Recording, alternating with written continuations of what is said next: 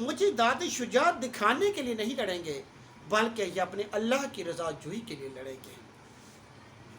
اور انہوں نے یوں بڑی دلیل کے ساتھ جو اپنا سالار ہے اس کو جواب دیا، نہ صرف جواب دیا بلکہ یہ ثابت بھی کیا کہ وہ واقعی ایک بہترین سپہ سالار ہے جو دلیل سے بات کر سکتا ہے۔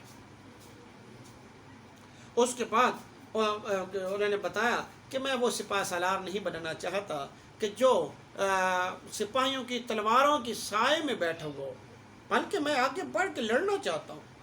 مسلمانوں کی جو تاریخ ہے، جو روایت ہے، آپ اسے اٹھا کر دیکھیے۔ مسلمان سپہ سالار ہمیشہ آگے نکل کے لڑتے تھے، فرنٹ پر لڑتے تھے، اپنی فوج کو لڑاتے تھے، آپ ترکیب کرتے تھے، اور یوں انہیں اللہ تعالیٰ فتح عطا فرماتا تھا۔ تو وہ یہ مہم شاید کسی اور کے سپرد کر دیتا، لیکن اس مہم کا خطرہ، اس کی اہمیت دونوں اس بات کے متقاضی ہیں کہ میں خود اس کی رہنمائی کروں، یعنی بھیم سنگھ کی سرکوبی میں خود ہی کرنا چاہتا ہوں، میں کسی اور کو یہ ذمہ داری نہیں دے سکتا۔ زبیر نے کہا میں آپ کے ساتھ چلنا چاہتا ہوں۔ محمد بن قاسم نے جواب دیا نہیں، میں قلعہ فتح کرنے کے لیے دو دماغوں کی ضرورت نہیں سمجھتا، ایک قلعہ ہو۔ گویا کہ محمد بن قاسم بڑے دلیر تھے، بڑے دل کے اندر تھے، اور انہوں نے کہا کہ میں 500 سپاہیوں کے ساتھ قلعہ فتح کر لوں گا، کوئی ایسی بات نہیں ہے۔ زبیر کو کہا آپ یہاں رہیے تاکہ آپ یہاں پر رہنمائی کر سکیں، میری غیر حاضری میں تمہارا فوج کے ساتھ رہنا ضروری ہے۔ میں اپنی جگہ محمد بن ہارون کو مقرر کرتا ہوں، اور جو کہ اور تم اس کے نائب ہو، یعنی محمد بن ہارون اگر شہید ہو جائے پھر زبیر جو ہے وہ اس لشکر کی کمان سنبھال لے۔ آپ کو پتہ ہو، آپ کو یاد ہوگا کہ محمد بن ہارون جو ہیں وہ مکران کے گورنر تھے وہاں پر، اور انہوں نے 20 بندے جو ہیں وہ دیبل بھجوائے تھے خواتین کو واپس لانے کے لیے۔ تو یوں عزیز طلباء، تاریخ کا آخر کر ایک عظیم الشان، ایک اور عظیم الشان مارکا ہوا تھا، اور کفر ایک بار پھر کھیت رہا تھا، اسلام ایک بار پھر سرخرو ہوا تھا۔ محمد بن قاسم نے یہ جنگ جیت لی تھی، فتح ان کے نصیب میں لکھی گئی تھی، اللہ نے انہیں فتح عطا فرمائی تھی، اور رسول اللہ صلی اللہ علیہ وآلہ وسلم کا نظر کرم ان کا شامل حال رہا۔ پہلی فتح دیکھیے نا، جو اس کا عنوان رکھا گیا پہلی فتح، گویا کہ یہ بات میں آپ کو بتا دوں کہ اس کا یہ مطلب نہیں ہے کہ محمد بن قاسم سے پہلے یہاں بالکل بھی اسلام نہیں تھا، مکران تک آ چکا تھا، بلوچستان میں حضرت عثمان غنی رضی اللہ عنہ کے دور میں تھا، کچھ صحابہ بھی تھے سندھ کے اندر جو نبی کریم صلی اللہ علیہ وآلہ وسلم سے پاس جا کے انہوں نے اسلام قبول کیا تھا، لیکن حکومت راجہ داہر کی تھی اور حکومت کفر کے ہاتھ میں تھی۔ محمد بن قاسم کے بعد محمد بن قاسم نے جو فتح کر لی یہاں پر کی، اس کے بعد یہاں پر گویا کہ اب اسلام کا پرچم لہرانا شروع ہو گیا تھا، اور یوں یہ پہلی فتح تھی جو پھر آگے چلتی چلی گئی، اور پورا بر صغیر اس کی لپیٹ میں آیا۔ مسلمان آگے پھر آپ کو معلوم ہے تقریباً کم و بیش 1000 سال تک برس ہندوستان کے اوپر مسلمانوں نے حکومت کیا۔ جنہوں نے کہا تھا کہ پاکستان اس دن بن گیا تھا جس دن پہلا شخص مسلمان ہوا تھا بر صغیر میں، یا پہلے مسلمان نے یہاں پر قدم جمائے تھے، اس دن پاکستان بن گیا تھا۔ تو یوں یہ پہلی فتح تھی، اسلام کی فتح تھی، یہاں پر اسلامی پرچم لہرایا، جو الحمدللہ اللہ اور اللہ کے محبوب رسول صلی اللہ علیہ وآلہ وسلم کی کرم نوازیوں سے آج بھی لہرا رہا ہے۔ اللہ تعالیٰ سے دعا ہے کہ اللہ تعالیٰ ہمیشہ مسلمانوں کی مدد فرمائیں، اور یہ پرچم، اسلام کا پرچم ہمیشہ یہاں لہراتا رہے۔ عزیز طلباء و طالبات، میں نے کوشش کی ہے کہ آپ کو پہلی فتح سمجھ آ جائے، چونکہ یہاں اس کے اندر بہت سی تاریخ موجود تھی، میں نے کوشش کی کہ آپ کو اس کو تاریخ سے روشناس کروایا جائے۔ اللہ تعالیٰ آپ کو اپنے حفظ و امان میں رکھے اور دین اور دنیا کی بھلائی عطا فرمائے۔ اللہ حافظ۔